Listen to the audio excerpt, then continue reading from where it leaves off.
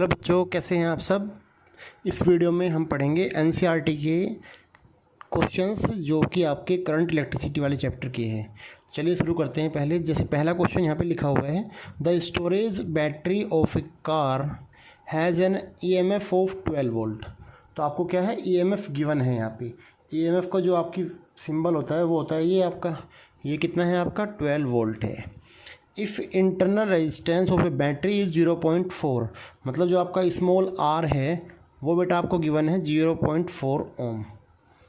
What is the maximum current that can be drawn from the battery. अब आपको यहाँ पे एक बात समझने वाली है कि भाई मैक्सिमम करंट पूछा गया है।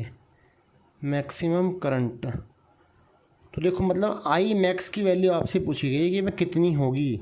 आपके पास एक फॉर्मूला है, जैसे जब हमने सेल का टॉपिक पढ़ा था तो हमारे पास एक फॉर्मूला आया था कि जो V होता है आपका वो होता है E माइनस आई आर, या फिर यदि मैं यहाँ से E निकालूँ तो ये बनेगा V प्लस आई आर, और V था आपका I into R plus I into R. तो जो आपका मैक्सिमम करंट होता है, कब फ्लो होगा मैक्सिमम करंट, जब आपका जो आउटर रेजिस्टेंस है जिसको बोलते हैं हम एक्सटर्नल रेजिस्टेंस, यदि आपका 0 हो जाए तो हम बोलते थे कि भाई जो आपका मैक्सिमम करंट है तब फ्लो होगा सर्किट में। कब, जब आपका एक्सटर्नल रेजिस्टेंस 0 हो जाए। सो आपका फॉर्मूला क्या बन जाएगा, E is equal to I maximum into R. आपको क्या निकालना था, आई मैक्स निकालना था। सो आई मैक्स क्या हो जाएगा आपका E अपॉन आर। सो E आपके पास गिवन है 12 वोल्ट डिवाइड बाई 0.4 ओम। तो जो आपका आंसर आएगा इसे कैलकुलेट करके वो आएगा आपके पास 30 एम्पियर। सो ये था आपका पहला क्वेश्चन। अभी चलते हैं दूसरे क्वेश्चन के ऊपर। दूसरे क्वेश्चन में क्या बोला है कि बैटरी ऑफ ईएमएफ 10 वोल्ट। आपको यहाँ पे भी बैटरी का ईएमएफ गिवन है 10 volt and internal resistance 3 ohm. Same है आपका, ये R is equal to 3 ohm given है। Is connected to a resistor, एक रेजिस्टेंस से कनेक्ट हो रखा है। If current in the circuit is, यहाँ पे करंट आपको दे दिया गया है, करंट की वैल्यू है 0.5 एम्पियर।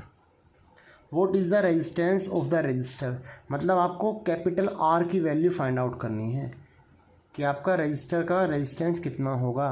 तो पहले यहीं तक क्वेश्चन को सोल्व करते हैं। अभी आपके पास फॉर्मूला गिवन था कि जो E होता है वो होता है I R plus I small are.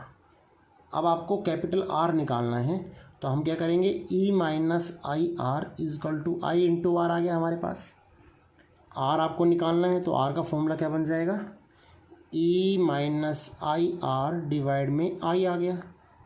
इसे इंडिविजुअली कर देते हैं हम डिवाइड। सो ये बन जाएगा E upon I minus R. सारी वैल्यू जो आप पुट कर दीजिए जो आपके पास गिवन है। E की वैल्यू आपको पता है 10 वोल्ट है। I जो आपका करंट फ्लो हो रहा है 0.5 एम्पियर, माइनस ऑफ जो आपका इंटरनल रेजिस्टेंस है। सो जब आप 10 को डिवाइड करेंगे किससे, 0.5 से, तो ये हटा, यहाँ पे 0 आ गया, 20 आ गया, 20 माइनस 3 ये आ गया 17 ओम। तो जो आपने बाहर से जो आपने रजिस्टर लगा रखा है उसका जो रेजिस्टेंस है वो कितना है, 17 ओम है। और क्या पूछा है, what is the terminal voltage of the battery when circuit is close. यदि आपका सर्किट बंद है, ये भी आप ध्यान रखेंगे, when circuit is close, circuit is close का मतलब है कि आपका करंट फ्लो हो रहा है, उसमें करंट फ्लो हो रहा है तो जो आपका पोटेंशियल होगा वो क्या बनेगा, terminal voltage V equal to I R. अब आप यहाँ पे ये मत बोलना कि भाई जो आपका पोटेंशियल होता है E माइनस आई आर वाला फॉर्मूला हमने क्यों नहीं लगाया। ये कारण है कि जो आपका ये वोल्टेज है ये पूरे सर्किट का वोल्टेज है, लेकिन जो ये अपने V equal to I R लिया है तो वो केवल हमने दो टर्मिनल्स के बीच का लिया है, इसमें हमने इंटरनल रेजिस्टेंस को इंक्लूड नहीं किया है। ठीक है, क्योंकि क्वेश्चन में केवल और केवल terminal voltage of the battery पूछा गया था। मतलब कहने का कि आपको केवल दो टर्मिनल्स के बीच का पोटेंशियल डिफरेंस फाइंड आउट करना है। So V equal to I R वाला फॉर्मूला लगाएंगे। सो हमारे पास I क्या है, 0.5 है, और जो कैपिटल R है आपका आप निकाल चुके हैं 17, तो कितना आ जाएगा, 17 पंज 85, तो ये आ गया बेटा 8.5 वोल्ट। सो आपका जो टर्मिनल वोल्टेज है बैटरी का बीच का वो कितना है, 8.5 वोल्ट है। अभी चलते हैं नेक्स्ट क्वेश्चन के ऊपर। तो यहाँ पे जो नेक्स्ट क्वेश्चन है हमारा वो है, लिखा है 3 resistor of 1 ohm 2 ohm and 3 ohm are connected in series. What is the total resistance of the combination? तो बेटा ये तो नॉर्मल है, आपको पता है कि जब भी आपके रजिस्टर सीरीज में जुड़े होते हैं, रजिस्टर इन सीरीज होता है तो आपका डायरेक्टली एडअप हो जाता है। सो यहाँ पे आपका इक्विवेलेंट कितना आ जाएगा, 1 + 2 + 3 6 ओम आ गया आपका ये, ठीक है। पूछा क्या गया था आगे, if combination is connected to a battery of EMF 12 volt. मतलब आपका इस तरीके का सर्किट है, ये एक रेजिस्टेंस ये रहा, दूसरा ये रहा और तीसरा ये रहा। ये आपका जो है एक बैटरी से जोड़ा गया है जिसका नेग्लिजिबल इंटरनल रेजिस्टेंस है। तो जो यहाँ पे जो स्मॉल r है वो क्या है, 0 के नियर अबाउट है। और जो यहाँ का इसका वोल्टेज है वो कितना है, 12 वोल्ट है। ये 1 ओम का है, ये 2 ओम का है, ये आपका 3 ओम का है। इस तरीके से गिवन है। Obtain potential drop across each resistor. आपको हर रजिस्टर के अक्रॉस पोटेंशियल डिफरेंस बताना है। यदि ये पॉइंट A है, ये B, ये C और ये D, तो आपको बताना है VAB, VBC एंड VCD। सो पहली बात, यदि हम VAB निकालें, सो VAB क्या होता है आपका, V = I × R होता है। और देखो सर्किट कैसा है बेटा, सर्किट आपका सीरीज वाला है, इसका मतलब सीरीज में जो करंट फ्लो होगी वो सेम होती है। सो I × R1 हो जाएगा। यदि मैं VBC निकालूं तो वो आपका बन जाएगा I × R2। VCD निकालूं तो ये बनेगा I × R3। क्योंकि जो सीरीज कॉम्बिनेशन है उसमें रेजिस्टेंस तो डिफर लिखा है, आपको दिखा रखा है, करंट की वैल्यू सेम होती है। तो यदि मैं यहाँ पे करंट की वैल्यू निकाल लूँ तो I क्या होता है आपका, V = IR, तो I = V/R। So total net voltage कितना है बैटरी का, 12 है। और जो नेट रेजिस्टेंस है, इक्विवेलेंट रेजिस्टेंस, वो कितना है, 6 है। तो 6 2 जा 12। सो 2 एम्पियर करंट सर्किट में फ़्लो हो रहा है बैटरी से। तो यहाँ पे वैल्यू डाल दीजिए आप, तो क्या बन जाएगा आपका, 2 × R1 की वैल्यू है हमारे पास 1, ये बनेगा 2 × 2, 2 × 3। तो पहले जो रजिस्टर है उसके बीच जो पोटेंशियल डिफरेंस है वो है आपका 2 वोल्ट का, दूसरे के बीच 4 वोल्ट और तीसरा 6 वोल्ट, ठीक है। अब टोटल आप काउंट कर सकते हैं, ये आपका 12 वोल्ट आएगा जो कि आपका बैटरी ट्रांसफ़र कर रही है, ठीक है। क्योंकि आपका वोल्टेज ड्रॉप है जो धीरे धीरे घटते घटते एट लास्ट 0 हो जाएगा यहाँ पे। तो ये था हमारा थर्ड क्वेश्चन। अभी चलते हैं फोर्थ क्वेश्चन पे। फोर्थ क्वेश्चन में क्या लिखा हुआ है, 3 resistor 2, 4, 5 are combined in parallel, find total resistance. मतलब आपको इक्विवेलेंट फाइंड आउट करना है। तो देखो 2, 4 और 5 कैसे जुड़े हैं, पैरेलल में जुड़े हैं। सो पैरेलल का आपको पता होता है कि 1/R आता है इक्विवेलेंट करके। सो 1/2 + 1/4 + 1/5। यदि मैं इन तीनों का LCM लूँ तो वो बन जाएगा हमारा कितना, 20। सो यहाँ पे आपका 10 आ गया, +5 + 4। सो बेटा ये आपका आ गया 19/20। ये आपका नेट इक्विवेलेंट रेजिस्टेंस आ गया 1/R3। यदि इसे मैं उल्टा कर दूँ तो आपका R इक्विवेलेंट मिल जाएगा, जो कितना आएगा, 20/19 ओम। ये आपका नेट रेजिस्टेंस आ चुका है, ओके। अभी आगे पढ़ते हैं क्वेश्चन को। सेम क्वेश्चन लग रहा है ऊपर की तरह, बस केवल यहाँ सीरीज था, यहाँ पैरेलल है। आगे पूछा गया है, पीछे वाले क्वेश्चन में हमने पोटेंशियल ड्रॉप निकाला था, इस वाले क्वेश्चन में क्या पूछ रहा है, if combination connected to a battery of EMF 220 volt. यहाँ पे आपको जो वोल्टेज गिवन है वो आपका जो EMF है वो कितना है, 20 वोल्ट आपको गिवन है। एंड नेग्लिजिबल रेजिस्टेंस, R की वैल्यू भी कितनी है, 0 ही है। Determine current throw each resistor. यहाँ पे वोल्टेज क्यों नहीं पूछा गया, क्योंकि भाई वोल्टेज तो पैरेलल कॉम्बिनेशन में सेम जाता है। जैसे वहाँ पे सीरीज में पूछा गया था वोल्टेज, क्योंकि वोल्टेज डिफर जाता है सीरीज वाले कॉम्बिनेशन में। लेकिन यहाँ कॉम्बिनेशन कैसा है बेटा, यहाँ आपका कॉम्बिनेशन ऐसा है, ये यहाँ पैरेलल कॉम्बिनेशन है आपका। ये तीनों रेजिस्टेंस आपके 2 ओम, 4 ओम, 5 ओम, ये सारे जुड़े हुए हैं आपके पैरेलल कॉम्बिनेशन में। ये इस तरह का इसका डायग्राम है। यहाँ आपका 20 वोल्ट का सोर्स लगा हुआ है बैटरी वाला। सो आपको बताना है कि भाई हर रेजिस्टेंस में कितना करंट फ्लो हुआ। सो करंट के लिए आप जानते हैं कि जो आपका करंट है, मान लो मैं पहले रजिस्टर में निकालता हूँ I1। सो करंट क्या बनेगा, E/R1। क्योंकि आपको पता है कि भाई पैरेलल कॉम्बिनेशन है तो वोल्टेज तो सेम जाएगी, जितना वोल्ट बैटरी ट्रांसफ़र करेगी उतना ही हर रेजिस्टेंस में जाएगा।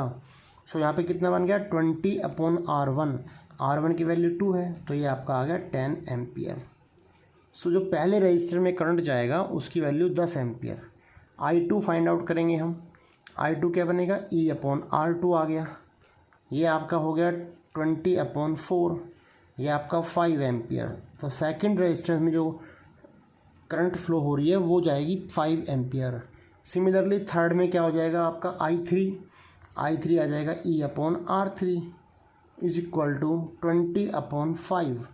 सो बेटा ये हो गया आपका 4 एम्पियर। सो हर रेजिस्टेंस की करंट आप निकाल चुके हैं, पहले में 10 एम्पियर, दूसरे में 5 एम्पियर और तीसरे में 4 एम्पियर।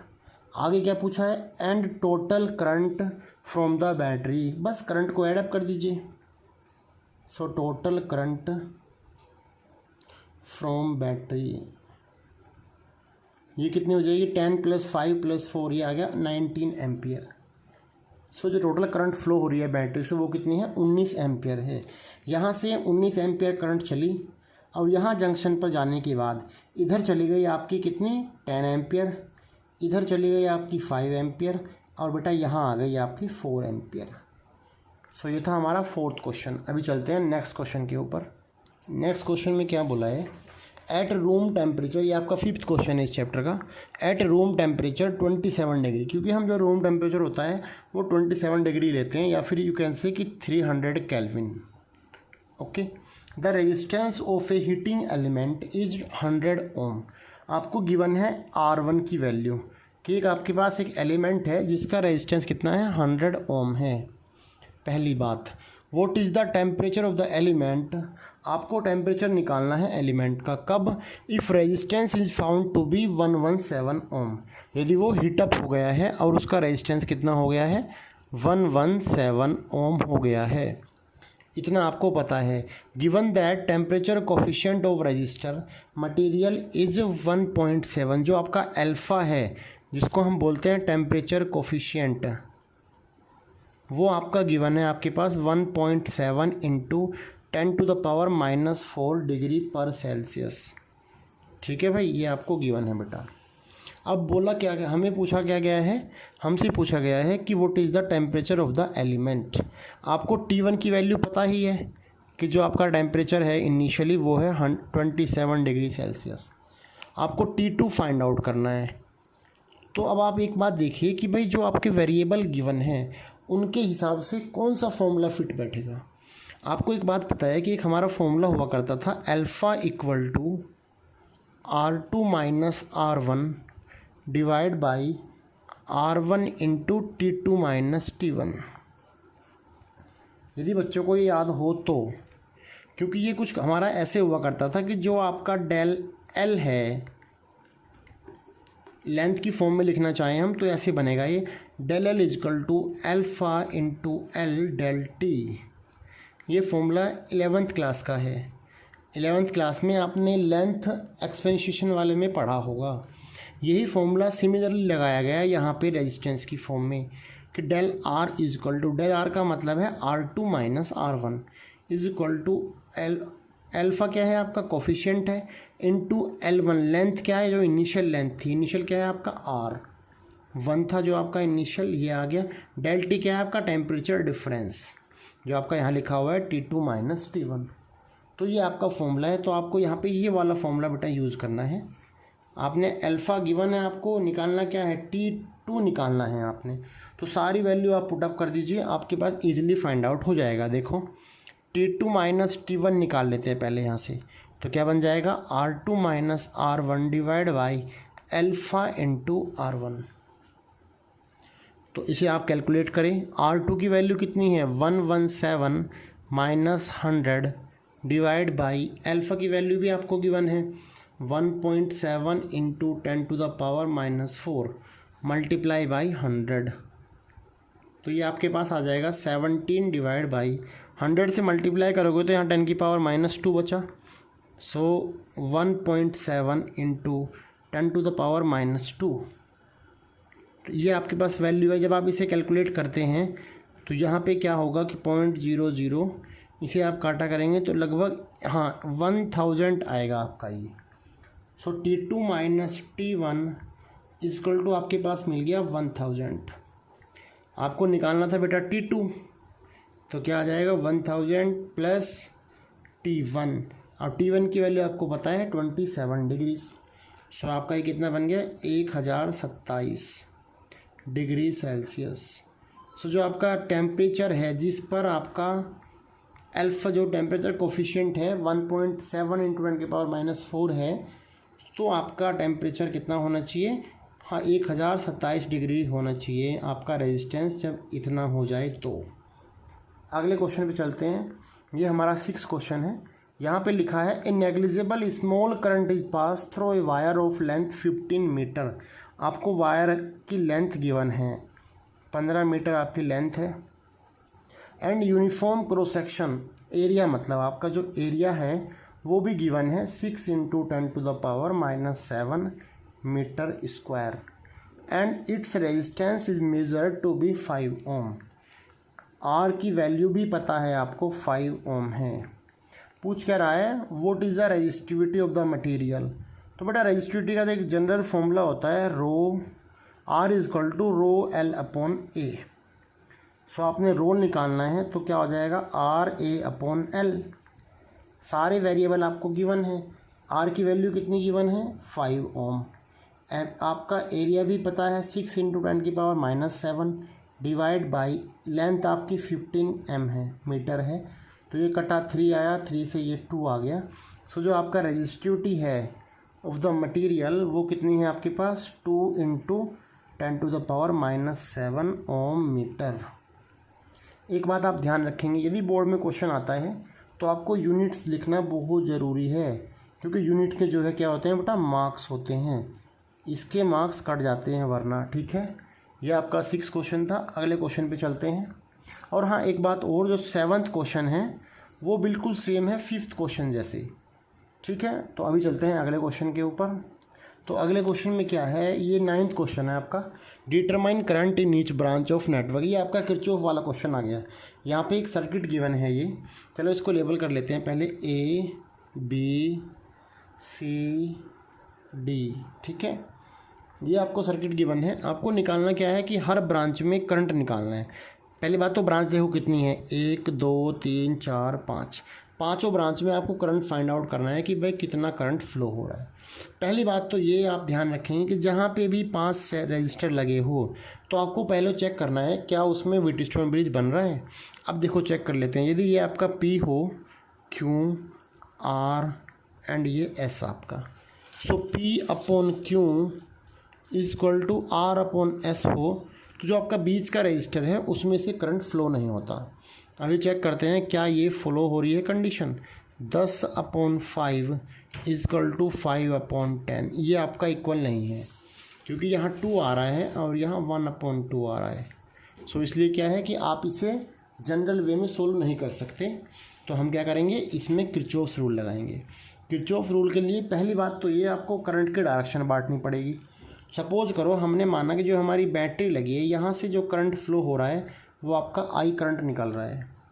यदि यहाँ से आई करंट निकला, जैसे ही करंट आगे बढ़ा इस पे जंक्शन ए पे पहुँचा तो क्या होगा करंट आपका डिवाइड होगा। एक करंट इधर जाएगा, एक वैल्यू आपकी करंट की इधर जाएगी। सपोज करो इधर चला गया आपका I1 और इधर चला गया आपका I माइनस I1, ये आपका हो गया। अब यहाँ से आगे करंट चला I1 वाला बी जंक्शन पे पहुँचा, यहाँ पे फिर दोबारा ये करंट डिवाइड होगा।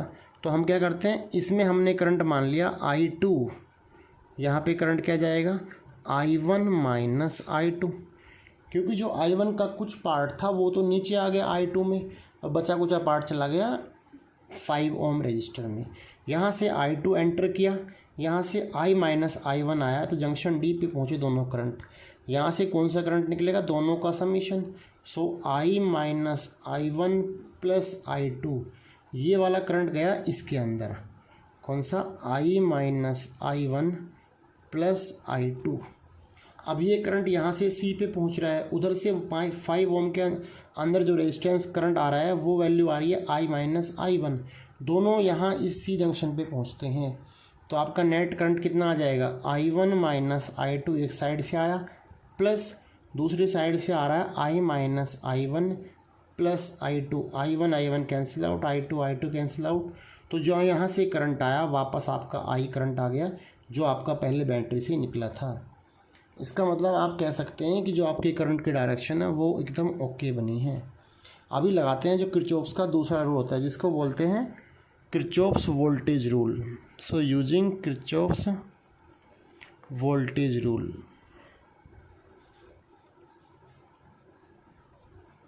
तो आपका किरचॉफ्स का वोल्टेज रूल क्या बोलता है कि भाई किसी भी एक पर्टिकुलर लूप के अंदर जो आपका नेट वोल्टेज होता है वो जीरो होता है। तो अभी हम एक काम करते हैं, लूप लेके चलते हैं। हमने लूप मान लिया, पहले हमारा ये वाला लूप है ABDA, इन लूप ABDA। अब हम A से B की तरफ जा रहे हैं तो करंट की डायरेक्शन भी सेम है। इसका मतलब जो A और B के बीच का जो पोटेंशियल डिफरेंस होगा वो क्या होगा, V equal to IR। I1 यहाँ पे करंट फ्लो हो रहा है और रेजिस्टेंस की वैल्यू 10 है। सो यहाँ पे क्या बन जाएगा, ये 10 इंटू I1।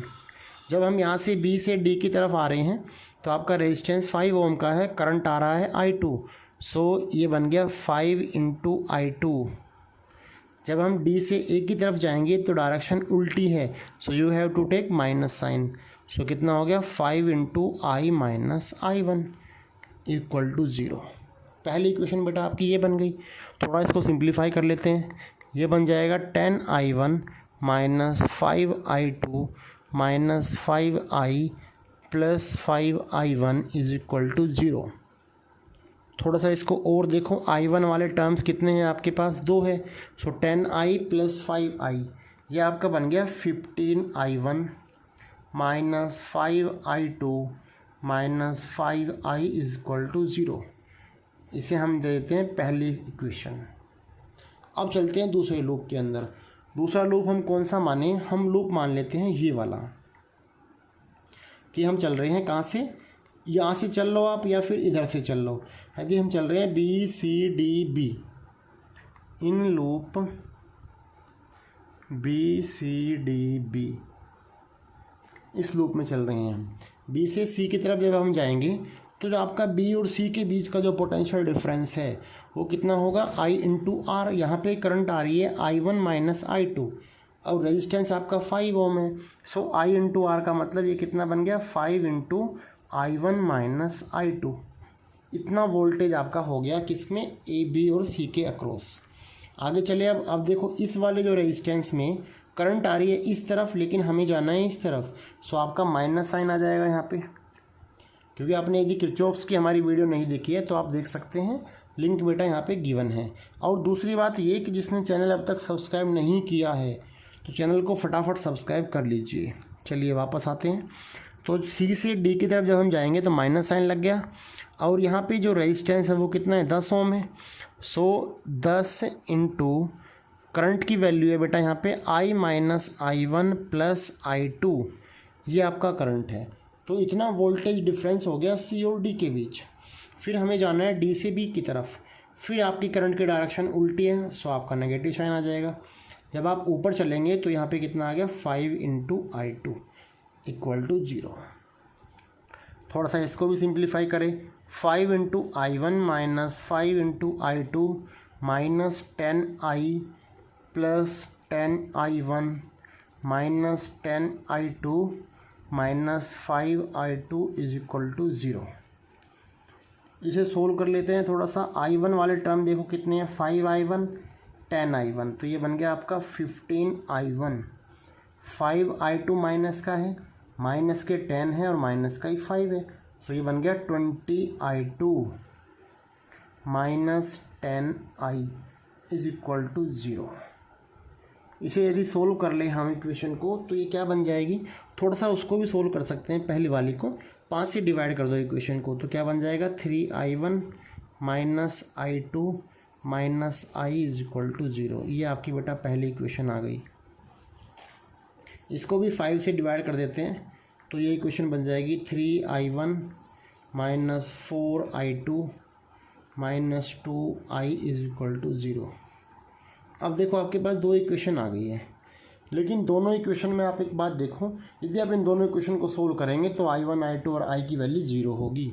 सो एक बात आपको ध्यान रखनी है, जितने भी आप करंट के एलिमेंट ले रहे हैं, जितने भी आप करंट के अलग अलग रूप ले रहे हैं, जैसे I1 है, I2 है, I है, तो 3 तरह के आपके वेरिएबल हैं करंट के, तो आपको 3 इक्वेशन बनानी पड़ेगी। और कोशिश ये करनी है कि जो एक इक्वेशन है उसमें कुछ ना कुछ बैटरी का यूज़ हो, मतलब बैटरी वाला लूप आपको लेके चलना है। तो जो आपको थर्ड लूप लेना है वो आपको लेना है ये वाला लूप, ए से डी, डी से सी और वापस बैटरी होते हुए मान लेते हैं ये वाला पॉइंट है ई। सो ई से होते हुए वापस ए पॉइंट पे जाना है, मतलब आपको लूप को ऐसे ऐसे घुमाना है। सो in loop A D C ई ए, जब हम ए से डी की तरफ आएंगे तो आपका रेजिस्टेंस 5 ओम का है, करंट फ्लो हो रही है I माइनस I1। ओके, अगली बात, डी से सी की तरफ जाएंगे, सो आपका करंट की डायरेक्शन में चल रहे हैं तो प्लस साइन आ गया, 10 into I minus I1 plus I2। उसके बाद हम यहाँ से बाहर निकल गए, आगे बैटरी पड़ती है आपकी बीच में, बैटरी का जो भी प्लेट पहले पड़ेगी, माइनस प्लेट पहले आ रही है, सो माइनस साइन 10, आगे बढ़ गए आप, इसमें यहाँ पे आ गए 10। अब देखो करंट के डायरेक्शन में चल रहे हैं, यहाँ पे करंट कितना है, I है, रेजिस्टेंस आपका 10 ओम है, so you can take plus 10 into I is equal to 0, क्योंकि आपका लूप वापस ए पे जाके बंद हो गया। ठीक है, थोड़ा सा इसको सिंप्लीफाई कर लेते हैं। सो कितना बनेगा, ऐसा क्वेश्चन 3 मार्क्स में आता है, 5I minus 5I1 plus 10I minus 10I1 plus 10I2 minus plus 10I is equal to 10। इस 10 को हम इधर ले गए हैं। अब I1 वाले अलग ले लेते हैं, I2 वाले अलग ले लेते हैं, 10I1 और 5I1, सो ये बन गया माइनस 15I1। I2 का केवल एक टर्म है, यहाँ पे आ गया प्लस 10I2, और I1 का एक टर्म ये रहा, I का एक ये रहा और एक ये रहा। सो I के आपके पास 3 टर्म है यहाँ पे, 5 प्लस 10 15 प्लस 10 25। सो आपका बेटा ये बन गया 25I इज इक्वल टू 10। इसको भी थोड़ा सा सोल्व कर लेते हैं, 5 से डिवाइड कर दो इक्वेशन को, तो ये बन गया 3I1 plus 2I2 plus 5I is equal to 2। ये आपकी आ गई बेटा थर्ड इक्वेशन। अब आपके हिसाब से 3 वेरिएबल है आपके पास, 3 इक्वेशन बन गई है, तो अब तीनों इक्वेशन को आप आपस में सोल्व करेंगे। सो I1 I2 और I की वैल्यू आप फाइंड आउट करेंगे। ये आपका होमवर्क है, इसका जवाब आप कमेंट सेक्शन में देंगे। मैं बता देता हूँ कि भाई कौन सी करंट कितनी आएगी। जो आपकी I1 की वैल्यू आएगी वो आनी चाहिए आपके पास, तो ये वैल्यू आपकी आएगी 4/17 एम्पियर। जो I2 आएगा आपका वो आएगा बेटा आपका -2/17 एम्पियर, और इस वैल्यू को आप कैलकुलेट करेंगे। ठीक है, ये आपका होमवर्क है। अगले क्वेश्चन पे चलते हैं।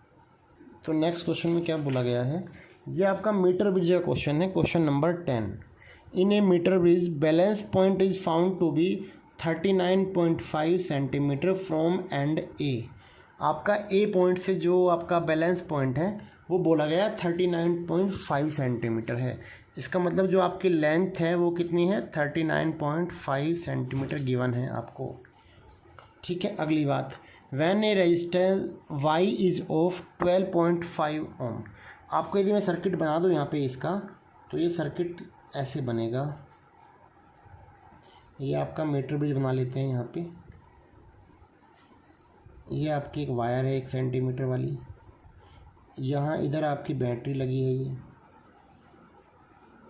ये आपकी की लगा देते हैं यहाँ पे, ये की हो गई। ये आपकी और यहाँ इन दोनों के बीच में एक रेजिस्टेंस लगा होता है, इन दोनों के बीच में भी एक रेजिस्टेंस लगा होता है, और यहाँ से आपका गैल्वेनोमीटर जुड़ के जो की लगी होती है। ये आपका होता है सर्किट किसका, मीटर ब्रिज का। तो इस वाले सर्किट में यहाँ पे आपको गिवन है कि ये मान लो x है, ये आपका y है। ठीक है, ये आपका B पॉइंट है। अभी देखते हैं क्या बोला गया है क्वेश्चन में कि आपको बैलेंस पॉइंट गिवन है, पहली बात तो। दूसरी बात, when resistor Y is of 12.5 ohm, आपको जो वाई की वैल्यू पता है वो आपको गिवन है 12.5 ओम, ठीक है। जनरली हम क्या करते हैं, इसको हम आर मानते हैं और इसको हम क्या मानते हैं, आर एस लेते हैं इसको हम। इसका मतलब आपको जो एस की वैल्यू है वो आपका वाई हो गया। आगे क्या लिखा है, डिटरमाइन रेजिस्टेंस ऑफ एक्स, आपको एक्स बताना है। एक्स मतलब आपको आर की वैल्यू फाइंड आउट करनी है। तो ये तो एक सामान्य सा क्वेश्चन है। यदि आपका जोकि ने ये एल जो था वो कितना दिखाया, 39.5 दिखाया, तो आपका इधर वाला कितना हो जाएगा, 100 माइनस 39.5। सो 100 में से जब 39.5 जाएंगी तो बचेगा बेटा 60.5। तो आपका ये वाला हिस्सा हो गया आपका पी बोलते हैं इसको हम, ये आपका होता है Q resistor. So according to principle of Wheatstone bridge, P by Q should be equal to R by S होना चाहिए आपको। सो पी की वैल्यू आपकी कितनी है, जो आपकी लेंथ है 39.5 डिवाइड बाई क्यू आपका हो जाएगा 60.5 is equal to R upon S.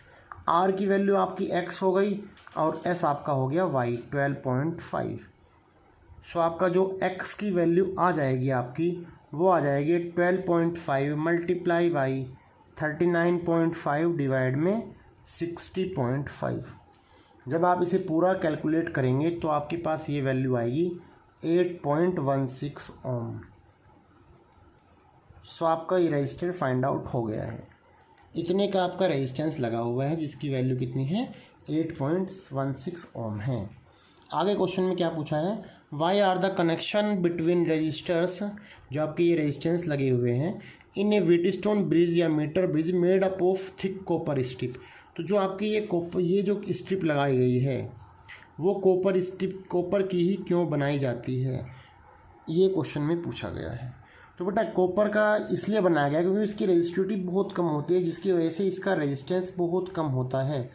तो यदि इसका रेजिस्टेंस नेग्लिजिबल के बराबर है तो जो आपके रेजिस्टेंस गिवन है इनमें इन रेजिस्टेंस का कोई इफेक्ट नहीं पड़ता। सो क्या है, फॉर वेरी स्मॉल रेजिस्टेंस की वजह से क्या करते हैं, कॉपर स्ट्रिप लगाई जाती है, ठीक है।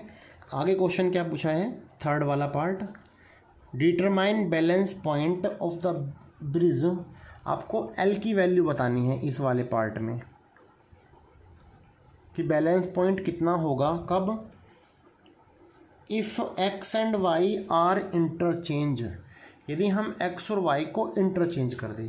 मतलब कहने का जो आपका वाई था ये वाला हिस्सा ये बन जाए और ये वाला ये बन जाए। इसका मतलब जो आर की वैल्यू थी वो आपकी 12.5 हो जाए और जो आपका एस बताना था वो वैल्यू कितनी आई थी हमारे पास, ये 8.16 ओम हो जाए। तो आपको बताना है कि एल की वैल्यू कितनी होगी।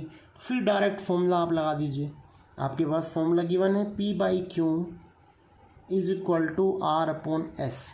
सो हमने माना कि भाई जो एल लेंथ पे बैलेंस पॉइंट आता है, इसका मतलब जो हमारा पी है वो एल है, क्यू क्या हो जाएगा 100 माइनस एल हो गया is equal to R upon S. So इस फॉर्मूले के यूज़ से आप बड़ा इजीली एल की वैल्यू बेटा कैलकुलेट कर सकते हैं, ठीक है। ये भी आपका होमवर्क है, इसे आप कर लेना। अगले क्वेश्चन में क्या पूछा है, यहाँ पे पूछा गया है what happens if galvanometer and cell are interchange at the balance point of the bridge. तो देखो नॉर्मल सी बात है कि यार ये बोल रहे हैं कि यदि गैल्वेनोमीटर को और बैटरी को आप चेंज कर दे आपस में तो बैलेंस पॉइंट पे क्या फ़र्क पड़ेगा। देखो बेटा बैलेंस पॉइंट पे कोई फ़र्क नहीं पड़ता यदि आप किसको, बैटरी को और गैल्वेनोमीटर को चेंज कर देंगे, क्योंकि जो आपकी बैलेंस कंडीशन है वो सेटिस्फाई ज़रूर होती है। सो क्या लिखेंगे आप, not effect, no effect at all. Okay, आगे कुछ पूछा गया क्या, would the galvanometer show any current, no, कोई करंट शो नहीं करेगा क्योंकि आपका वो क्या है, आपकी बैलेंस कंडीशन को फॉलो करेगा। तो ये था आपका 10th क्वेश्चन। अगले क्वेश्चन पे चलते हैं। अगले क्वेश्चन में क्या पूछा गया है, ये आपका 11th क्वेश्चन है। यहाँ पे लिखा है a storage battery of EMF 8 volt and internal resistance 0.5 ohm is being charge by a 120 volt DC supply using a series resistor of 15.5 ohm. आपको क्या बोला गया है कि आपके पास एक सोर्स है आपका, ठीक है, जिसकी सेल का जो आपका EMF है वो 8 वोल्ट है और बाहर से जो बैटरी लगा रखी है वो लगा रखी है 120 वोल्ट की, ठीक है, और जिसका बाहर का जो रेजिस्टेंस है वो कितना है 15.5 है। मतलब आपको जो स्मॉल r गिवन है वो तो आपका है 0.5 ओम, जो आपका कैपिटल R गिवन है वो है बेटा 15.5 ओम, और जो आपका नेट वोल्टेज होगा, नेट आपका जो EMF हो जाएगा जिसको हम ले लेते हैं E डैश, वो क्या हो जाएगा भाई 120 की ये लगा रखी है और 8 की ये है, सो यू कैन से, तो ये इट बिकम्स 120 माइनस 8, क्योंकि सीरीज में लगे हैं और सीरीज में क्या होता है आपका एडअप हो जाता है डायरेक्टली, लेकिन यहाँ उल्टा साइन है, so you can say 120 minus 8 net आपका हो गया। तो ये बन गया आपका 112 वोल्ट। पूछा क्या है क्वेश्चन में, what is the terminal voltage of the battery during charging, कि चार्जिंग के दौरान आपकी जो है बैटरी टर्मिनल वोल्टेज वाली बैटरी कितनी होगी। सो आपको पता है कि यूजिंग रिलेशन, आपके पास एक रिलेशन होता है E is equal to IR plus I into small r। So जो आपका नेट है ये क्या हो गया E डैश हो गया। आपको क्या निकालना है, आपको पहले निकालना पड़ेगा करंट। तो पहले यदि मैं करंट निकालूँ यहाँ से तो आपका I बन जाएगा बेटा, ये बन गया E डैश अपॉन में R प्लस स्मॉल r। सो E डैश की वैल्यू आपको पता ही है कितनी है 112 वोल्ट है, divide by R plus R, ये बन गया 15.5 plus 0.5, it becomes 112 divide by 15 plus point, ये होगा 16। तो 16 से जब आप पूरा काटेंगे तो ये आएगा बेटा 7। सो आपका जो सर्किट में करंट फ्लो हो रहा है वो होगा 7 एम्पियर। अभी बात आती है चार्जिंग पे कि भाई यदि आपका चार्ज हो रहा है तो पोटेंशियल कितना होगा टर्मिनल वाला। सो आज आपका टर्मिनल वोल्टेज आता है, टर्मिनल पोटेंशियल आता है, वो होता है V equal to E plus IR। वैसे जनरली जो हमने फॉर्मूला पढ़ा है वो होता है V equal to E minus IR। तो इसमें आप ध्यान रखेंगे कि जब आपका चार्जिंग हो रहा है तो आपका आता है यहाँ प्लस वाला साइन, यदि आपका डिस्चार्ज वाला केस है तो यहाँ पे आता है बेटा माइनस साइन। इस बात को आप ध्यान रखेंगे, इससे रिलेटेड क्वेश्चन ऐसा ही एक नीट में ज़रूर आता है। ओके, आगे चलते हैं। अभी तो हमें क्या पूछा था, हमें V पूछा था, तो आप डायरेक्टली V की जो भी वैल्यूज़ है आप यहाँ पे डाल दीजिए। सो V कितना है आपका 8, आपको पता है। वोल्टेज तो हमें गिवन ही है, ये रहा हमारा टर्मिनल वोल्टेज, ठीक है। E था आपके पास plus I into R, I की वैल्यू हमने अभी निकाली थी 7 इंटू R की वैल्यू 0.5। सो ये आपका आ गया 7 5 35, 3.5 11.5 वोल्ट। तो जो आपका टर्मिनल वोल्टेज है सेल का वो कितना है 11.5 है, क्योंकि इसमें बैटरी कोई यूज़ नहीं है। आपको सेल का पूछा था तो कितना हो गया 11.5 वोल्ट। आगे क्या पूछा है, what is the purpose of having a series resistor of charging circuit. तो बेटा सीरीज में चार्ज जो सर्किट लगाया गया है वो केवल और केवल सीरीज में जो रेजिस्टेंस यूज़ किया गया है उसका केवल एक ही पर्पज़ है कि भाई ज़्यादा हीटअप ना हो जाए, मतलब ज़्यादा करंट फ्लो ना कर जाए, जिसकी वजह से क्या है कि रेजिस्टेंस जो है करंट को थोड़ा रोक लेगा, बस काम बन जाएगा अपना। अगले क्वेश्चन में क्या पूछा है, in potentiometer a cell of EMF 1.25 volt. मान लो आपकी जो सेल है उसका EMF है 1.25 volt, gives a balance point at 35 centimetre length of the wire. L1 भी आपको गिवन है कि आपका जो बैलेंस पॉइंट मिलता है वो मिलता है 35 सेंटीमीटर पर। If the cell is replace by another cell and balance point shifted to 63 centimetre, जो आपका L2 हो जाता है वो हो जाता है बेटा 63.0 centimetre. Then find out the EMF of the second, मतलब आपको E2 फाइंड आउट करना है। तो ये तो एक जनरल क्वेश्चन है जो आपने पोटेंशियोमीटर की एप्लीकेशन की होगी, जिसमें हम क्या करते हैं, कंपेयर करते हैं दो सेल के EMF का। तो वहाँ पे हमारे पास फॉर्मूला आता है E1/E2 should be equal to L1/L2। So आपको E2 की वैल्यू फाइंड आउट करनी है, तो E2 क्या हो जाएगा, E1 इंटू L2/L1। सारी वैल्यूज आपको गिवन है, यू कैन ईजिली कैलकुलेट। ठीक है, तो ये था हमारा 12th क्वेश्चन। अभी हम नेक्स्ट क्वेश्चन देखते हैं क्या है। अगला क्वेश्चन है हमारा 13th क्वेश्चन। यहाँ पे लिखा है number density of the free electron in A copper conductor is 8.5 into 10⁸ पर मीटर क्यूब। मतलब जो आपके नंबर ऑफ इलेक्ट्रॉन्स है 1 मीटर क्यूब में, मतलब पर यूनिट वॉल्यूम में, वो कितने हैं आपके पास, 8.5 इंटू 10⁻28 पर मीटर क्यूब है आपके। ये क्या है आपकी नंबर डेंसिटी, ये आपके स्मॉल n गिवन है। और क्या गिवन है, how long does an electron, आपको टाइम निकालना है, हाउ लॉन्ग मतलब टाइम आपको फाइंड आउट करना है। Electron to drift from one end of the wire 3 metre long, आपको एक वायर की लेंथ भी गिवन है 3 मीटर लॉन्ग, कि एक 3 मीटर की वायर को एक एंड से दूसरे पर जाने में इलेक्ट्रॉन को कितना टाइम लगेगा, ये फाइंड आउट करना है बेटा हमें। गिवन क्या क्या है, एरिया ऑफ द वायर भी हमें पता है, वो है आपका 2 into 10⁻⁻6 metre square, and it is carrying a current of 3 ampere. आपको आई की वैल्यू भी पता है, 3 एम्पियर करंट आपको गिवन है। सो अब आप देखिए कौन सा फॉर्मूला है कि जो आप इजीली कैलकुलेट कर सके, जिससे आपको टाइम निकालना है। सो आपका टाइम क्या होता है, वेलोसिटी होती है आपकी डिस्टेंस अपॉन टाइम। सो टाइम निकालेंगे तो क्या बन जाएगा, डिस्टेंस अपॉन वेलोसिटी या displacement upon velocity. So displacement तो आपको पता है कि लेंथ कितनी है कंडक्टर की, लेंथ पता है आपको, वेलोसिटी आपको ड्रिफ्ट वेलोसिटी फाइंड आउट करनी है। सो आपका काम बन जाएगा। तो आपका मेन मोटो क्या है, VD निकालना। सो VD के लिए आपका फॉर्मूला क्या होता है, आपने रिलेशन पढ़ा होगा करंट और ड्रिफ्ट वेलोसिटी में, I = NEAVD। ये हमारा एक रिलेशन होता है करंट और ड्रिफ्ट वेलोसिटी के बीच। सो इस वाले फॉर्मूले से हमारा काम निकल जाएगा। जो VD आपका हो जाएगा वो हो जाएगा I/NEA। अब देखो I की वैल्यू हमें गिवन है क्या, 3 एम्पियर हमें पता है। नंबर ऑफ इलेक्ट्रॉन्स भी गिवन है हमें, पर यूनिट वॉल्यूम कितने हैं भाई, 8.5 इंटू 10⁻28, ये आपके इलेक्ट्रॉन्स है, मल्टीप्लाई बाई कितना हो जाएगा, इलेक्ट्रॉन का चार्ज 1.6 10⁻⁻19 आ गया, into area of the conductor भी आपको गिवन है बेटा 2 इंटू 10⁻⁻6। ये सारा टर्म क्या है, नीचे है। जब आप इसे सोल्व करेंगे तो ये वैल्यू हमारे पास आएगी फाइनली 1.1 इंटू 10⁻⁻4 मीटर पर सेकेंड। सो आपके पास क्या है, ड्रिफ्ट वेलोसिटी मिल गई, कितनी आई।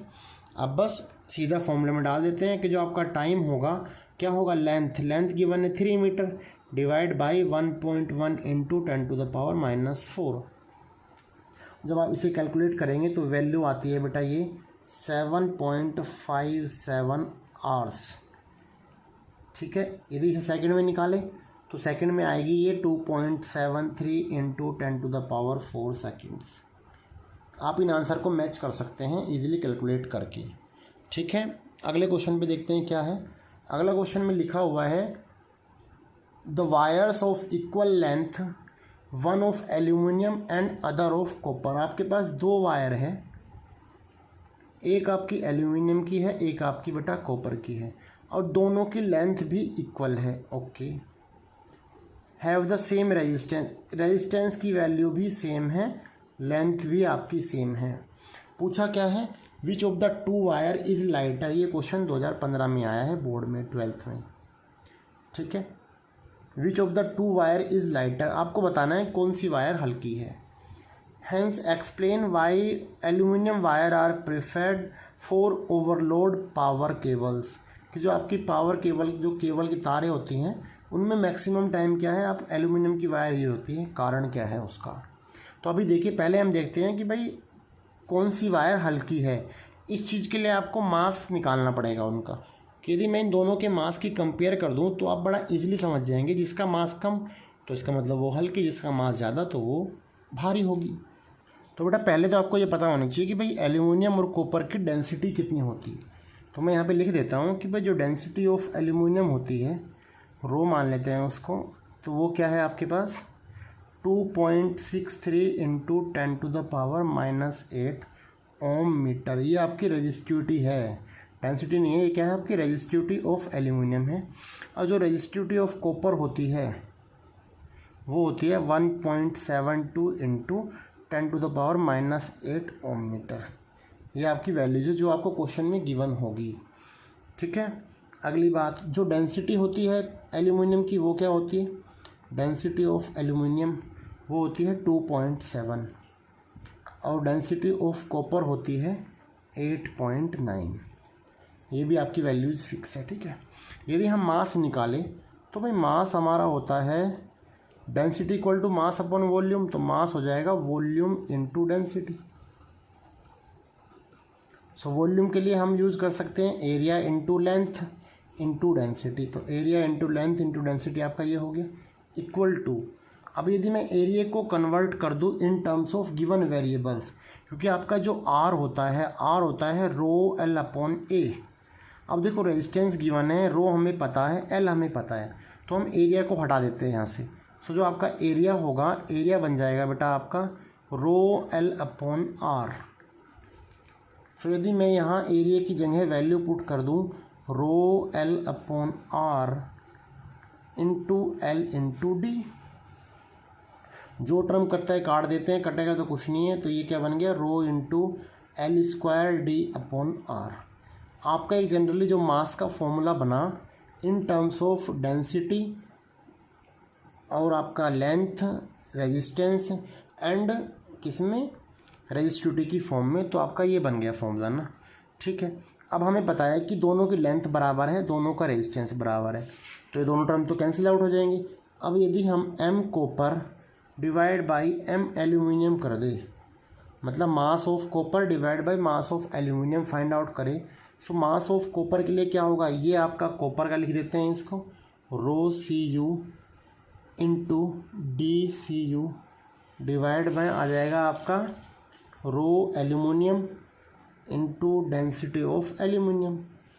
अब ये वैल्यूज आपको सारी पता है, आप जो मैंने चारों वैल्यू ऊपर लिखी हुई है, चारों वैल्यू को यहाँ पुटअप करें, तो जो आपके पास आंसर आएगा वो बेटा आपका आ जाएगा near about 2.2। So you can say कि जो मास ऑफ कॉपर है वो क्या है 2.2 टाइम्स है मास ऑफ एल्यूमिनियम। सो आप इजीली कह सकते हैं कि इसका मतलब एल्यूमिनियम की जो वो है रोड, वो क्या है आपकी हल्की है, क्योंकि कॉपर का मास ज़्यादा है। अब आगे पूछा है कि भाई क्यों हम एल्यूमिनियम की वायर यूज़ करते हैं, किसके लिए, केबल्स के रूप में। तो इसका ये आंसर है कि भाई देखो आपको पता है हम एल्यूमिनियम की इसलिए यूज़ करते हैं क्योंकि इनका जो मास है वो हल्का होता है। पहली बात तो यदि कॉपर की यूज़ करेंगे तो भारी होगी और लंबे रास्ते में क्या होगा वो स्लैग डाउन हो जाएगी, मतलब कि कहने का मतलब वो क्या बोलते हैं मुड़ जाएगी ना। तो एल्यूमिनियम का मास बहुत कम होने की वजह से वो हल्की वायर होती है बहुत, और बड़ा ही ईजिली एक स्ट्रेट वे में आप कहीं भी दूर तक लॉन्ग डिस्टेंस पे ले जा सकते हैं उनको। तो बेटा ये था हमारा 16th क्वेश्चन। अगले क्वेश्चन पे चलते हैं। तो अगले क्वेश्चन में क्या बोला है हमें, यहाँ पे लिखा हुआ है 20वां क्वेश्चन है बेटा ये। इस क्वेश्चन में लिखा हुआ है कि एक given n resistors each of resistance r, how will you combine them to get the maximum and minimum effective resistance. आपके पास क्या बोल रहा है कि n रजिस्टर है, आपके पास n नंबर ऑफ रजिस्टर है और हर रजिस्टर का जो रेजिस्टेंस है वो क्या है r है। तो आप उन्हें किस तरीके से कंबाइन करेंगे कि आपको मैक्सिमम इफेक्टिव रेजिस्टेंस मिले और दूसरे केस में मिनिमम मिले। तो देखो यदि हम मैक्सिमम जोड़ रहे हैं, मैक्सिमम ले रहे हैं, तो बेटा आपको साफ साफ पता है कि भाई मैक्सिमम रेजिस्टेंस कब मिलता है, जब आप सारे के सारों को एडअप कर दें। यदि आप सबको एडअप कर देंगे इसका मतलब ये है कि आप जैसे जितने भी थे आपके पास resistance R1 plus R2 plus R3 plus सारे के सारे जोड़ देंगे, तो यहाँ पे n रजिस्टर है, तो आपका जो मैक्सिमम रेजिस्टेंस मिलेगा आपका सीरीज में होगा वो कितना मिलेगा, n इंटू आर। जितने भी आपके होंगे सारे कंबाइन हो जाएंगे, ठीक है। ये तो आपका मैक्सिमम वाला आ गया। यदि हम मिनिमम के केस में देखेंगे तो आपको 1 करके करना पड़ेगा कि जो आपका पैरेलल वाला कॉम्बिनेशन आता है वो क्या आता है, 1/r plus 1/r plus 1/r up to dot dot n/r, ये आएगा आपका। फिर यदि आप इसको उल्टा करें तो जो आपका नेट रेजिस्टेंस आया वो बेटा आपका आ गया r/n। ये आपका पैरेलल वाले का आ गया, ये आपका सीरीज वाले का आ गया। अब क्या पूछा था आगे, what is the ratio of maximum to minimum. अब यदि हम मैक्सिमम वाले का मिनिमम वाले से रेशो निकाले सो इट बिकम्स RS/RP, या इसे यहाँ लिख सकते हैं हम maximum resistance divide by minimum resistance. So it becomes n into R divide में R/n। R कैंसिल आउट हुआ, n घूम के चला गया ऊपर, n²। सो जो इनका रेशो हुआ वो बन गया n²/1। ठीक है, अगला क्वेश्चन देखते हैं, अगला पार्ट जो आपका बी पार्ट आपको गिवन है। बी पार्ट में क्या लिखा है, given resistance 1 ohm 2 ohm and 3 ohm. आपको 3 रेजिस्टेंस गिवन है। How will you combine them to get an equivalent resistance of 11/3।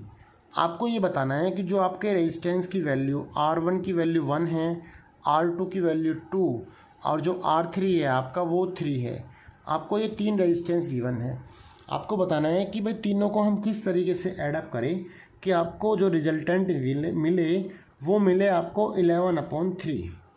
सो इसके लिए बेटा आपको देखना पड़ेगा पहले कि भाई किस तरीके से आप जुगाड़ करें ना। तो इसके लिए कोई ट्रिक नहीं है, केवल आप डायरेक्टली कैलकुलेशन कर करके ही निकाल सकते हैं। देखो आपके पास जो नेट रेजिस्टेंस आना चाहिए आर नेट, वो आना चाहिए 11/3 ओम। तो अब यदि मैं 1 और 2 को सोच के देखते हैं पैरेलल में जोड़ दूँ। यदि मैंने 1 और 2 को जोड़ा कैसे, पैरेलल कॉम्बिनेशन में, तो क्या आ जाएगा आपका, पैरेलल में जोड़ते 1/2 1/1 प्लस 1/2, तो ये आपका 1/RP आ गया। सो ये बनेगा बेटा आपका 3/2। उल्टा कर देते हैं तो RP की वैल्यू आ गई 2/3, ये आ गया। अब इसके साथ जोड़ देते हैं हम इसको सीरीज में। सो जो आपका ये आया, मतलब कहने का सर्किट को बनाएं तो ऐसे ऐसे बनाइए ना, ठीक है, कि आपका R1 और R2 जुड़ गई पैरेलल में और इनके साथ सीरीज में जोड़ देता हूँ मैं R3 को। ये हो गया आपका सर्किट। तो जो आपका यदि सीरीज में जोड़ूंगा तो इसी में आपका एडअप हो जाएगा 3। सो कितना आ जाएगा, 3 3 9 प्लस 2 11/3। सो आपका पहला तो आंसर मिल गया कि आप सर्किट को इस तरह से बनाएंगे। तो इसका कोई ट्रिक वाली बात नहीं है या कोई लॉजिक नहीं है कि आप किस तरीके से करेंगे, तो आपको इजीली ऐसे करके देखना होगा, ठीक है। ये आपका पहला पार्ट था। दूसरे वाले में क्या पूछा है आपका कि आपका 11/5 आ जाए। सो 11/5 के लिए क्या करेंगे आप, जो आपका यदि मैं इस बार 2 और 3 को ले लेता हूँ पैरेलल में, यदि मैंने 2 और 3 को पैरेलल में ले लिया सो 1/2 प्लस 1/3 आ गया। सो बेटा एलसीएम 6 आया, ऊपर आ गया 3 + 2 5। सो जो आपका नेट रेजिस्टेंस आ गया आरपी वो आ गया बेटा 6/5। अब आपको इतना मिल गया कि भाई नीचे 5 था, डन हो गया आपका। इसी में यदि हम क्या मिला था आपके पास, और एक रेजिस्टेंस बचा है, इसको हम जोड़ देते हैं सीरीज़ में। यदि मैं इसे सीरीज़ में जोड़ दूं तो आपका +1 हो जाएगा, तो आपका आ गया 11/5 ओम। तो जो आपके ये तीनों रेजिस्टेंस हैं वो कुछ इस तरह से जुड़ेंगे कि आपका एक रेजिस्टर आपका ये हो गया 1 ओम का, और साथ में 2 रेजिस्टेंस होगी पैरेलल में। कौन कौन सा, 2 और 3 वाला। ये आपका 2 बेटा, ये आपका 3।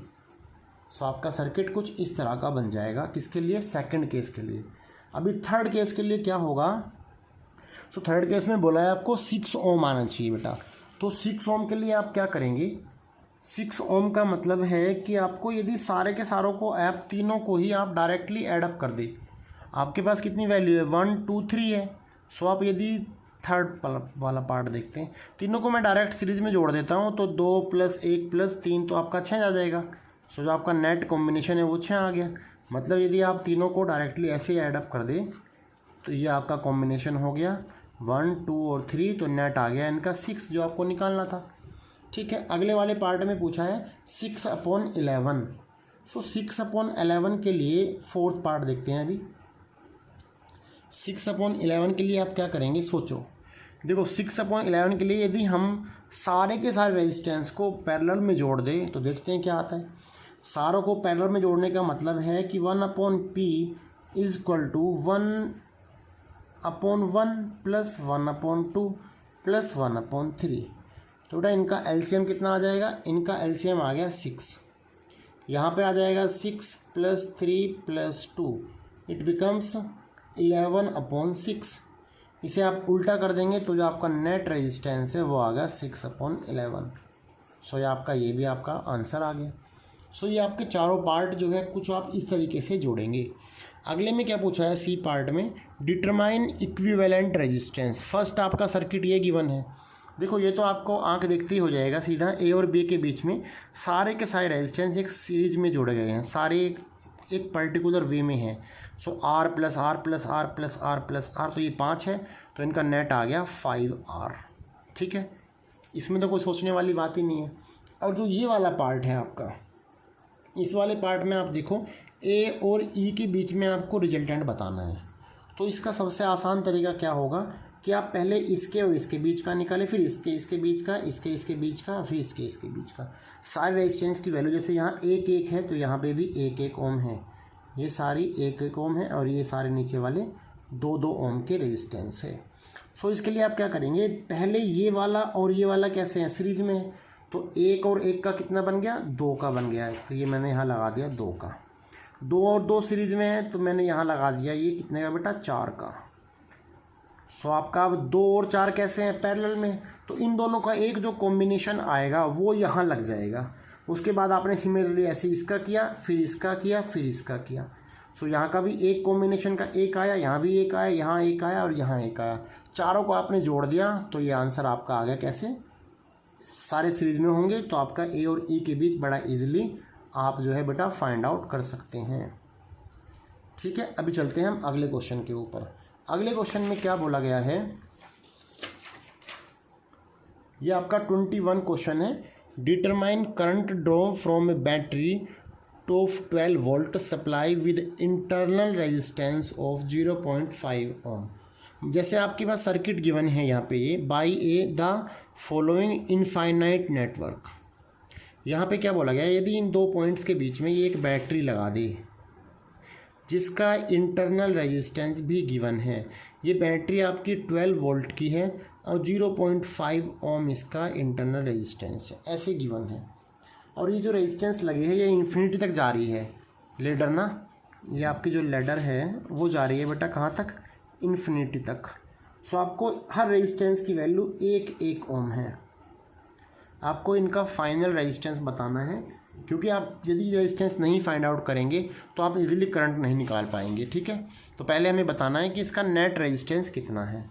तो आपको ध्यान रखने वाली बात, मैंने ये इसकी एक वीडियो भी बना रखी है अलग से, कॉम्बिनेशन वाला जो लेडर का है। तो ऐसे क्वेश्चन को सोल्व कैसे करते हैं, जिसने वीडियो नहीं देखी है तो लिंक नीचे गिवन है। वैसे मैं अभी करा देता हूँ यहाँ पे कि भाई ऐसे क्वेश्चन को आप किस तरीके से हैंडल करेंगे यदि आपका इन्फिनिटी वाला आया हो तो देखो बेटा, पहली बात तो ये कि आपको जैसे इन्फिनिटी का दिखाई दे तो आपको क्या करना है, पूरे के पूरे सिस्टम का मान लेते हैं कि जो नेट रेजिस्टेंस है, net resistance of the system will be x मान लेते हैं। चलो ठीक है, इसका क्या है, एक्स है, आपके पूरे का एक्स ओम रेजिस्टेंस है। अब आपको ये देखना है कि भाई कौन सा आपका जो क्या बोलते हैं, कौन सा कॉम्बिनेशन है जो आपका कंटिन्यूसली चल रहा है, आपका मतलब जो आपका कॉमन है कॉम्बिनेशन। तो आप एक बात देखें इसमें कौन सा कॉम्बिनेशन कॉमन है। तो यदि मैं आप एक यहाँ से देखूँ कि जो ये वाला कॉम्बिनेशन है, ये वाला कॉम्बिनेशन आपका क्या हो रहा है कि आपका कॉमन चल रहा है आपका ये। लेकिन देखो बेटा, यहाँ पे 2 रेजिस्टेंस और गिवन है एनसीईआरटी में, वो मैंने लिखे नहीं है यहाँ पे, तो आप इन्हें यहाँ पे लिख लीजिए। तो यहाँ पे देखो आप, ये वाला कॉम्बिनेशन चल रहा है अब ये, फिर ये। यदि सर्किट को दोबारा बना लिया जाए कि भाई सारा होच पोच हो गया है, तो इसको इस तरीके से बना लेते हैं। चलो ठीक है, जिससे कि थोड़ा समझ में इजीली आ जाए। यहाँ पे है ए पॉइंट ना, यहाँ बी पॉइंट है, ये आपका फिर रेजिस्टेंस आ गया ये वाला, ये यहाँ पे ऐसे आ गया, ये यहाँ पे ऐसे आ गया, ठीक है। ये फिर आपका एक रेजिस्टेंस आ गया, ये आपका एक रेजिस्टेंस है, ये आपका ऐसे, इस तरीके से ये सीरीज जा रही है इन्फिनिटी तक, ठीक है। सो अब आप देखिए उसमें कौन सा कॉमन है। देखो ये वाला सर्किट कॉमन आ रहा है, ये हो गया, फिर दोबारा ये आ गया, फिर दोबारा ये आ गया, इस तरीके से आपकी सीरीज जा रही है इन्फिनिटी तक, ठीक है। तो हमने क्या माना कि जो आपका नेट रेजिस्टेंस है वो कितना है, एक्स है। अब आपने देखा कि कौन सा कॉमन रजिस्टर है, तो आपको उस कॉम्बिनेशन को छोड़ देना है, और जो सारे कॉम्बिनेशन है सबको आपने क्या माना कि वो भी आपका एक्स के बराबर है, क्योंकि यदि आपके ये इन्फिनिटी रेजिस्टेंस है उसमें से आप एक कॉम्बिनेशन काट देंगे तो इफेक्टिव रेजिस्टेंस पे कोई इफेक्ट नहीं पड़ेगा। सो हमने क्या देखा कि भाई जो बचे को जो रेजिस्टेंस है सबका हमने क्या ले लिया कि इनका जो कॉम्बिनेशन का नेट है वो भी आपका क्या आ गया, एक्स आ गया इधर वालों का। और ये साथ में क्या है, ये आपका मेन जो बचा हुआ है एक कॉम्बिनेशन आपने छोड़ दिया ऐसे ही, ये आपका ए आ गया, ये आपका बी आ गया, ठीक है। ये आपकी एक एक ओम के रजिस्टर है, ये आपका एक्स आ गया। अब आप इसको सोल्व कर लीजिए इसलिए कि भाई एक्स और एक कैसे हैं, पैरेलल में है।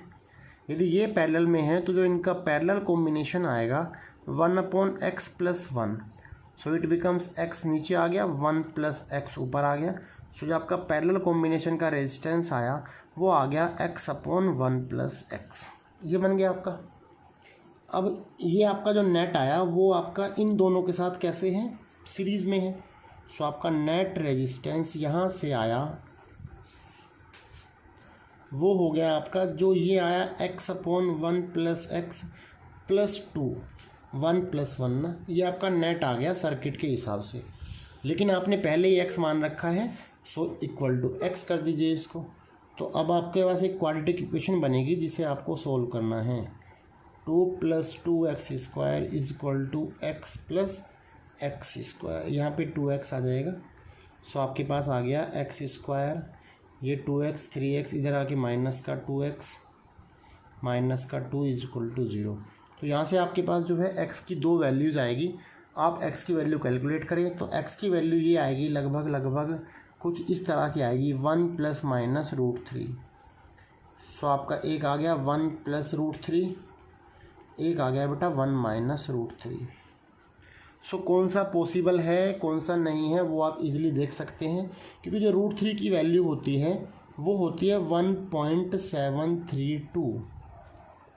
सो ये माइनस वाला तो पॉसिबल ही नहीं है, रेजिस्टेंस का भी माइनस नहीं होता, क्योंकि यहाँ से क्या होगा 0.732 माइनस में आ जाएगा। तो इसलिए क्या है, जो आपका नेट रेजिस्टेंस है इसका वो आ गया 1 + √3, मतलब ये आपकी वैल्यू आ जाएगी 2.732। ये आपका नेट रेजिस्टेंस है इस इन्फिनिटी वाली लेडर का पूरे का। आपसे पूछा क्या गया था, आपसे पूछा गया था कि भाई करंट बताना है आपको। सो बेटा करंट क्या होता है आपका, करंट आपका होता है वोल्टेज अपॉन रेजिस्टेंस। जो आपका नेट ईएमएफ है वो कितना है, 12 वोल्ट है, डिवाइड बाई रेजिस्टेंस कितना है आपका टोटल। देखो जो सारा ये आया और साथ में ये वाला रेजिस्टेंस जो आपका इंटरनल वाला था। सो 2.732 + 0.5, 2.732 + 0.5।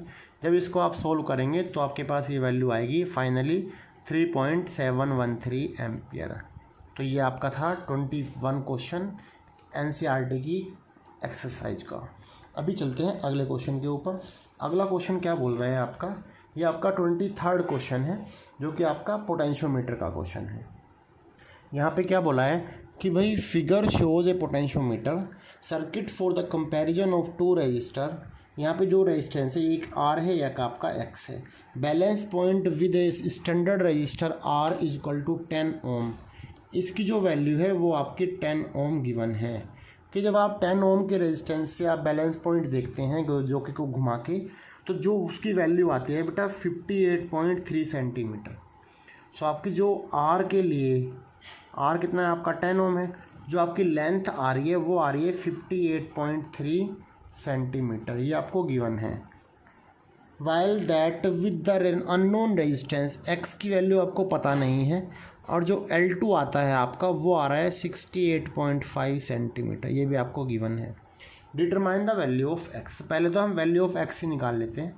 आपको एक बात पता है कि भाई जो आपकी पोटेंशियोमीटर की जो एप्लीकेशन है, जहाँ पे आप क्या करते हैं, दो किसको लगाते हैं, दो ईएमएफ सोर्स को लगाते हैं, दो सेल का कंपैरिजन करते हैं, तो वहाँ पे हमारे पास आती है एक इक्वेशन कि E2/E1 इजकल टू L2/N1 या E1/E2 इजकल टू L1/L2। तो यदि मैं यहाँ पे E1 और E2 निकाल लूँ कि यदि आपका जो E1/E2 आ जाएगा वो कितना होगा भाई, मान लो ये आपका E1 है, ये आपका E2 है। यहाँ पे सेल लगी जिसका रेजिस्टेंस 10 ओम है और दोनों कैसे है, करंट आपका कैसे जाएगा, करंट आपका सेम जाएगा। सो यहाँ पे हो जाएगा आपका I/I इंटू यहाँ पे जो रेजिस्टेंस आएगा, तो यहाँ पे I इंटू R होगा तो आप R ले लीजिए, X होगा तो आप X लीजिए। पहला आपका R है, सो I/R, I/X। सो आपका ये आ गया R/X। सो R की वैल्यू आपको पता ही है 10 है। सो E1/E2 इजकल टू आ गया 10/X। सो ये आपका क्या आ गया, 10/X आ गया। ये इक्वेशन बन गई अब आपकी। सो X की वैल्यू आप इजीली फाइंड आउट कर लेंगे। अब L1/L2 इंटू ये आ जाएगा 10 इंटू L2/L1। सो 10 इंटू L2 की वैल्यू आपको पता है 68.5 सेंटीमीटर डिवाइड बाई 58.3। जब आप इसे कैंसिल आउट करेंगे तो आपके पास X की वैल्यू इजीली मिल जाएगी। आगे पूछा है, क्या लिखा है, what might you do if you fail to find a balance point with the given cell. यदि क्या करेंगे हम, यदि यहाँ पे जो सेल गिवन है E, इसके हिसाब से जो बैलेंस पॉइंट है वो गलत आता है तो यहाँ पे बोल रहा है ये कि भाई यदि आपका बैलेंस पॉइंट ही नहीं मिलता, आपको बैलेंस पॉइंट फाइंड करने में प्रॉब्लम हो रही है इस सेल से, तो हम क्या करेंगे। तो बेटा देखो, नॉर्मल सी बात है कि यदि आपको बैलेंस पॉइंट ही नहीं मिल रहा है तो इसका मतलब है कि जो पोटेंशियल ड्रॉप है R और X के बीच का, वो क्या हो रहा है, बहुत ज़्यादा है। जो पोटेंशियल ड्रॉप है किसके बीच का, पोटेंशियोमीटर वायर के बीच का, मतलब इन दोनों का जो बीच का पोटेंशियल ड्रॉप है वो ज़्यादा है इस पोटेंशियोमीटर वायर से। तो हम क्या करेंगे, बाहर एक आउटर में एक रेजिस्टेंस हमें लगाना पड़ेगा सर्किट का, एक साथ में इसके सीरीज रेजिस्टेंस जोड़ना पड़ेगा, जिसकी वजह से इसका पोटेंशियल ड्रॉप घट जाएगा। तो हम इजीली एक बैलेंस पॉइंट फाइंड आउट कर सकते हैं। सो ये था आपका 23rd क्वेश्चन। 24th क्वेश्चन भी बिल्कुल सेम है, बस केवल इस फॉर्मूले पे बेस है। जो आपका इंटरनल रेजिस्टेंस का फॉर्मूला होता है L1-L2 divide by L2 multiply by R। इसमें डायरेक्ट वैल्यूज़ डालनी है, बस इजीली आप निकाल लेंगे। तो बेटा ये थी हमारी आज की वीडियो, जिसमें हमने पढ़ा कि भाई करंट इलेक्ट्रिसिटी के जो NCERT के न्यूमेरिकल्स हैं वो कैसे करने हैं। तो आपको वीडियो कैसी लगी ज़रूर बताएं।